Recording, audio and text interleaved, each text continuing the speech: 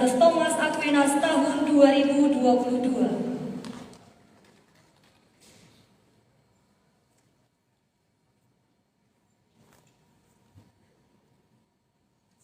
Shalom.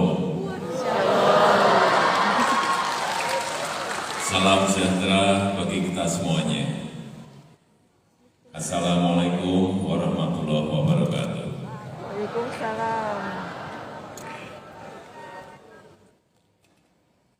Om Swastiastu, Namo Buddhaya, salam kebajikan. Yang saya hormati Ketua DPR RI, Ibu Puan Maharani, yang saya hormati para Menteri Kabinet Indonesia Maju hadir bersama saya, Pak Menteri Sekretaris Negara, Pak Menpora, Pak Menteri Investasi, yang saya hormati Gubernur Provinsi Kalimantan Timur beserta seluruh jajaran Forkominda, Pak Wagub, Pak Ketua DPRD, yang saya hormati Ketua PMKRI, Adinda Benediktus Papa, beserta seluruh jajaran pusat sampai ke daerah, dari Sabang sampai Merauke, dari Miangas sampai Pulau Rote. Yang saya hormati Yang Mulia Bapak Uskup Agung Uskupan Samarinda, Monsinyur Justinus Harjo Susanto, MSF, Bapak Ibu sekalian, hadirin dan undangan yang berbahagia, dan tak lupa juga Pak Wali Kota beserta Bapak Bupati yang hadir. Tadi saya baru saja dari Ibu Kota Nusantara. Ini adalah sebuah mimpi lama, gagasan lama,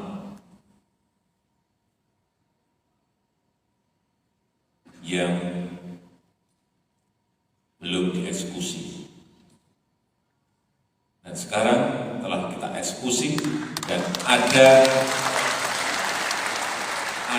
backup undang-undangnya, yaitu Undang-Undang Ibu Kota Negara. Jadi kalau ada yang masih meragukan jadi pindah atau tidak, undang-undangnya sudah ada. Ada yang bertanya lagi, ini nanti 2024 dilanjutkan atau tidak? Loh, sudah ada undang-undangnya, didukung oleh 93% di DPR, di parlemen, kurang apa lagi?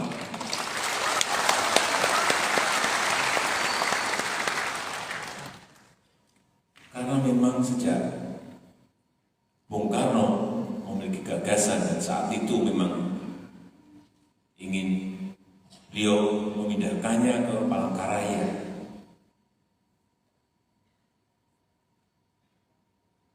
Gagasan itu selalu muncul di setiap kepemimpinan presiden. Karena apa? Memang logikanya, hitung-hitungannya memang harus pindah. Yang pertama, Pulau Jawa itu bebannya terlalu berat. Satu, dari sisi populasi, 56% populasi Indonesia 270 juta itu ada di Jawa, 56%, 149 juta ada di Jawa, di Pulau Jawa. Padahal kita memiliki 17.000 pulau.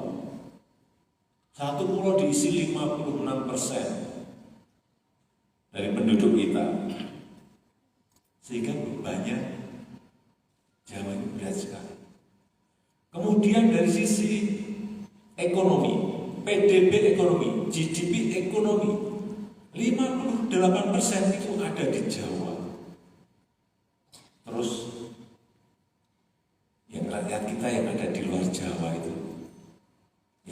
Ya dari 17.000 pulau itu dibagi berapa persen? Ini yang sering saya sampaikan, ini adalah pemerataan ekonomi.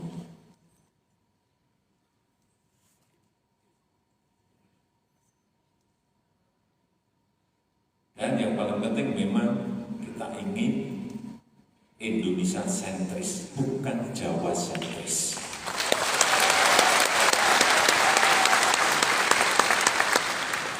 Kita garis dari barat ke timur, dari utara ke selatan, ketemu di paling tengah itu, yaitu Provinsi Kalimantan Timur. Setelah beberapa provinsi juga kita saat itu kita cek semuanya.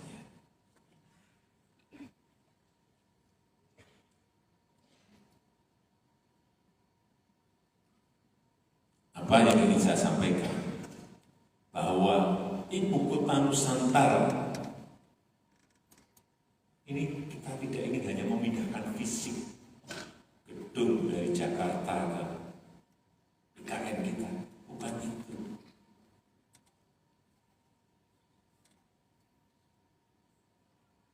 Mengganti dengan gedung-gedung yang juga bukan itu.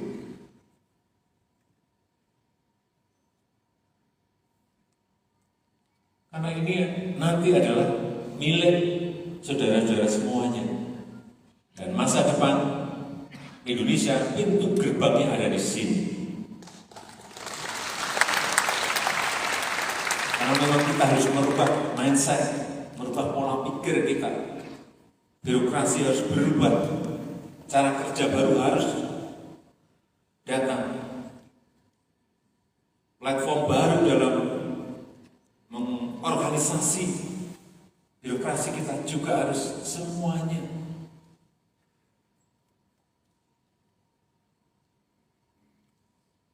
Dengan menggunakan cara-cara baru, yaitu teknologi.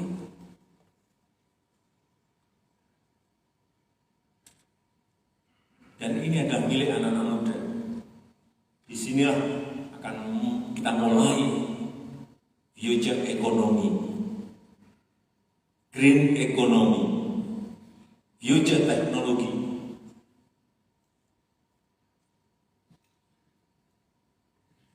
Future knowledge, semuanya memang ingin kita lakukan di sini. Rumah sakit ya rumah sakit internasional. Universitas ya universitas yang kelasnya betul-betul internasional. Dan kita harapkan ini juga bisa membuka yang namanya future jobs dan future skill. Dan itu siapa nanti yang mendapatkan? Saudara-saudara semuanya dari BMKRI.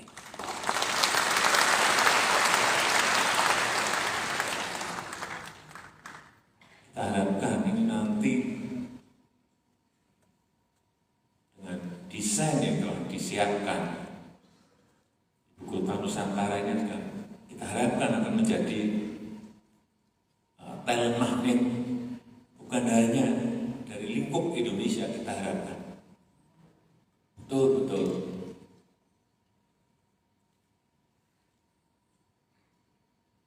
menjadi magnet untuk talent-talent digital dan lain-lain. Karena memang di sini semuanya akan di IKN ini akan disiapkan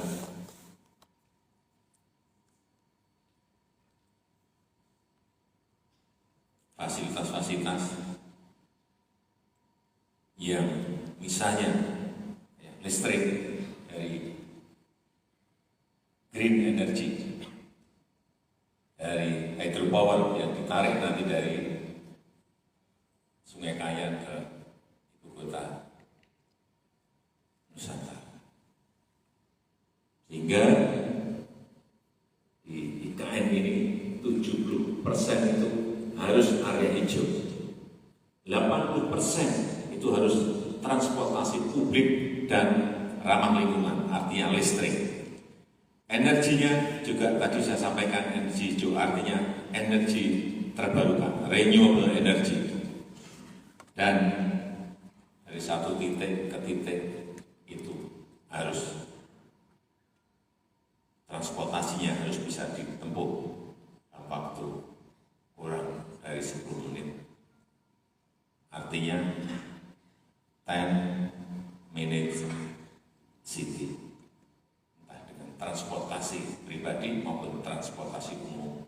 Ini desain-desain kota masa depan yang saya kira ini adalah miliknya anak-anak muda. Oleh sebab itu, fasilitas yang ada di Ibu Kota Nusantara ini yang diprioritaskan, yang pertama adalah fasilitas pejalan kaki. Fasilitas pejalan kaki. Yang kedua adalah fasilitas untuk yang senang naik sepeda. Yang ketiga, penggunaan transportasi publik. Ini yang diprioritaskan. Kalau terpaksa harus memakai mobil sendiri, mobilnya pun juga harus mobil listrik. Sehingga kota ini betul-betul kota yang net zero emission. Dan kalau bisa bukan hanya zero, tapi bisa minus. Karena produksi dari 70% hutan nanti justru memproduksi lebih daripada oksigen yang digunakan. Dan nggak ada ibu kota seperti ini di dunia manapun.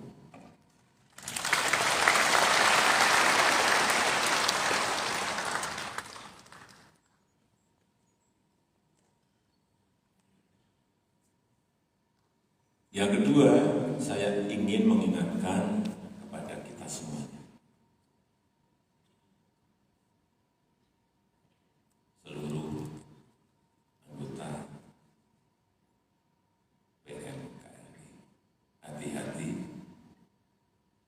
Saat ini kita tidak berada pada posisi normal. Dunia tidak berada pada posisi normal. Penuh dengan ketidakpastian, sulit dihitung dan sulit diprediksi.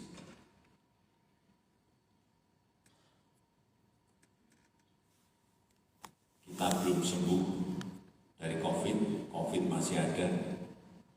Sekarang ini 2 minggu yang lalu kita masih berada di angka 200-300 kasus harian. Dalam 5 hari belakangan ini sudah naik lagi ke 1.200. Recovery, pemulihan belum selesai, ekonomi belum full kembali pulih, muncul yang namanya perang Ukraina Rusia, menjadikan semuanya tidak pasti lagi. Harga pangan di semua negara naik, harga energi di semua negara naik.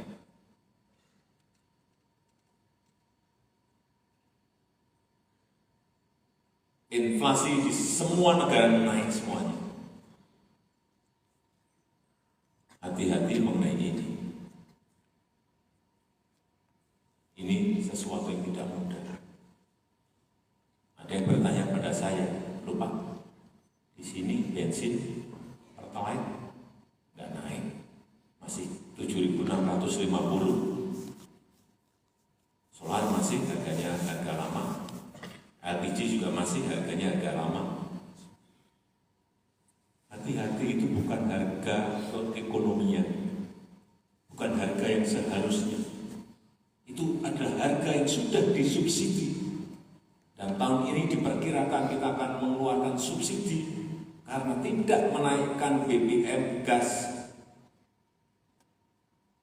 dan listrik yang di bawah 3.000.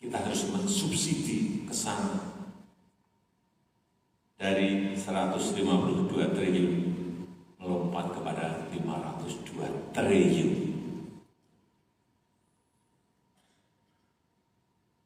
Besar sekali. Coba bandingkan, kita bandingkan harga BBM di Indonesia dan harga BBM di luar negara kita. Di Singapura harga sudah 31.000. Di Jerman harga sudah 31.000. Di Thailand harga sudah 20.000 dirupiahkan. Di Amerika 17.000. Kita masih 7.650. Dari mana harga ketemu ini? Tadi disubsidi. Sampai kapan kita tahan? PBN kita, fiskal kita kuat menahan ini. Ya kan kita akan bekerja keras untuk menggeser anggaran-anggaran yang memang harus dimasukkan ke sini.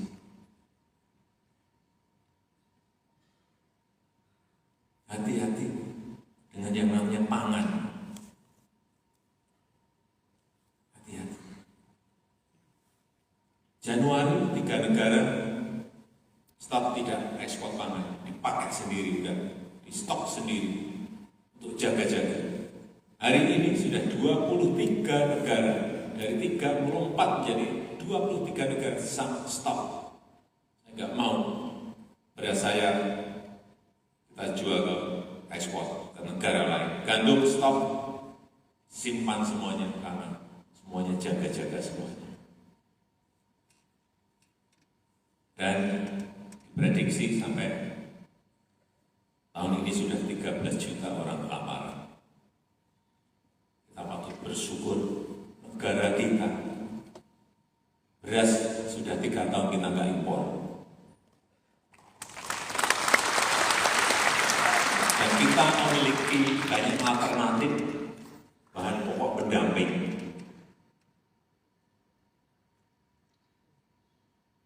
Papua ada sagu, di NTT ada jagung dan sorghum, di Jawa ada porang, ada umbi-umbian. Ini yang patut kita syukuri, kita dianugerahi oleh Tuhan betapa melimpahkan. Saya hanya ingin titik sampaikan kepada masyarakat, kepada rakyat, bahwa yang namanya sekarang ini jangan sampai ada lahan yang terlantar tidak ditanami apa-apa. Tanami yang gampang-gampang ada jagung, 3 bulan sudah bisa panen. Singkong dan sudah 3 bulan sudah panen. Tanami yang cepat-cepat itu. Karena kita tidak tahu situasi perubahan iklim dan lain-lain. El Nino, El Nina tidak mengerti kita.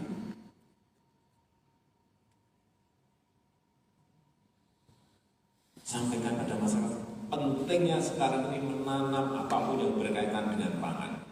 Kalau memang nanti melimpah hasilnya, nggak apa-apa. Ekspor membantu negara lain, tapi juga bayar. Inilah situasi dan keadaan yang apa adanya harus saya sampaikan kepada Bapak Ibu dan Saudara-saudara semua. Sekali lagi kita harus hati-hati. Kita harus waspada dan bersama-sama menjaga stabilitas keamanan, stabilitas sosial politik, dan juga stabilitas ekonomi. Saya rasa itu yang ingin saya sampaikan dalam kesempatan yang baik ini. Selamat melakukan kongres. Dan dengan ini Kongres Nasional ke-32 dan Sidang Majelis Permusyawaratan Anggota ke-31 Perhimpunan Mahasiswa Katolik Republik Indonesia secara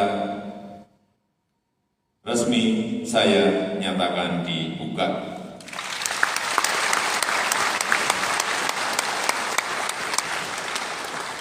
Terima kasih. Semoga Tuhan memberkati kita. Assalamualaikum warahmatullahi wabarakatuh. Berkenan mendampingi Ketua DPR RI, Menteri Sekretaris Negara, Menteri Pemuda dan Olahraga, Menteri Investasi, Gubernur Kalimantan Timur, dan Ketua Presidium Pengurus Pusat PMKRI.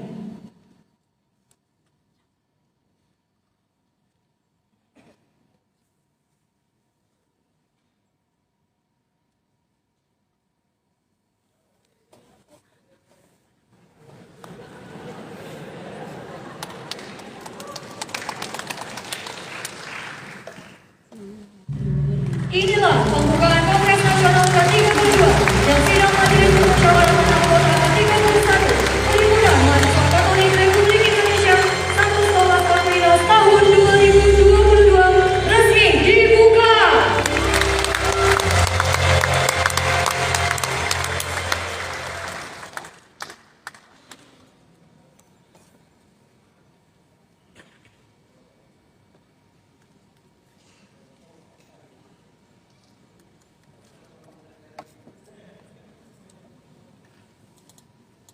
Sebagai ungkapan rasa syukur kita kepada Tuhan Yang Maha Kuasa, marilah sejenak kita memanjatkan doa yang akan dipimpin oleh Bapak Uskup Keuskupan Agung Samarinda, Monsinyur Justinus Harjo Susanto MSF.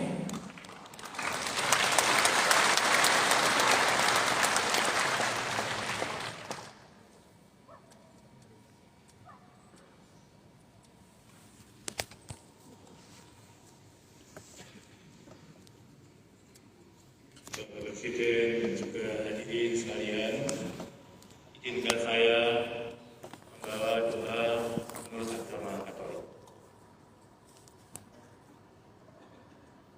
Dalam nama Bapa dan Putra dan Roh Kudus.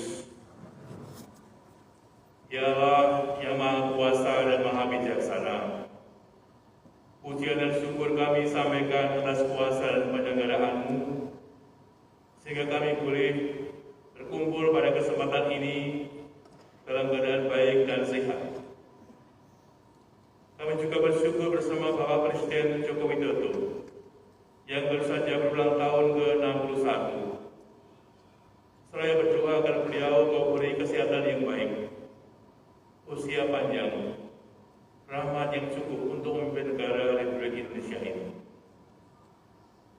Secara khusus kami bersyukur pula atas terlaksananya acara pembukaan Kongres Nasional Perhimpunan Mahasiswa Katolik Republik Indonesia ke-32 dan sidang Majelis Permusyawaratan Anggota ke-31 dengan baik, aman, dan lancar.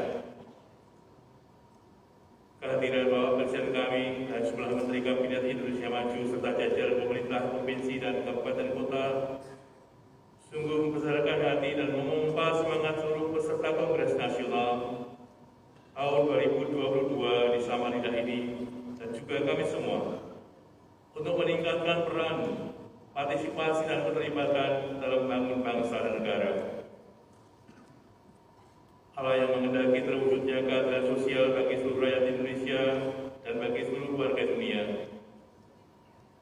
Negara dan bangsa kami sedang berjuang keras untuk mewujudkan kesejahteraan dan kemakmuran yang berkeadilan sosial bagi seluruh rakyat. Kami bersyukur atas pemindahan ibu kota negara ke Nusantara, Provinsi Kalimantan Timur, sebagai usaha nyata untuk mencapai cita-cita itu.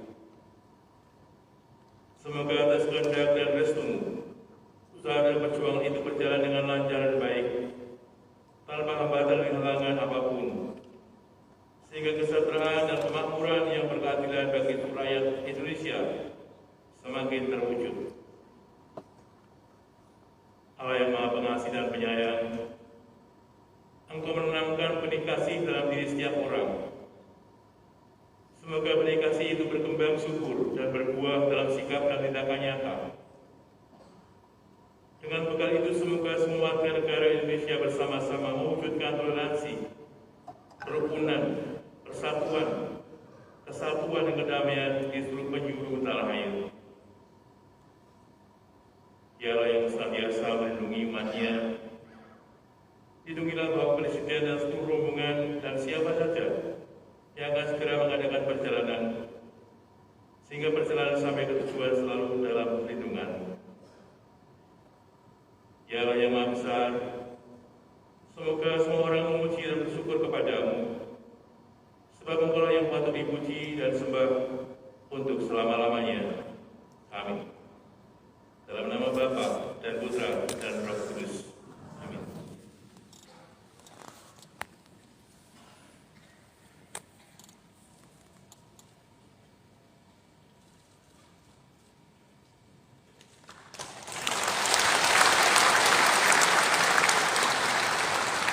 Hadirin yang kami hormati, demikianlah acara peresmian pembukaan Kongres Nasional ke-32 dan sidang Majelis Musyawarat Anggota ke-31 Perhimpunan Mahasiswa Katolik Republik Indonesia Santo Thomas Aquinas tahun 2022 selesai.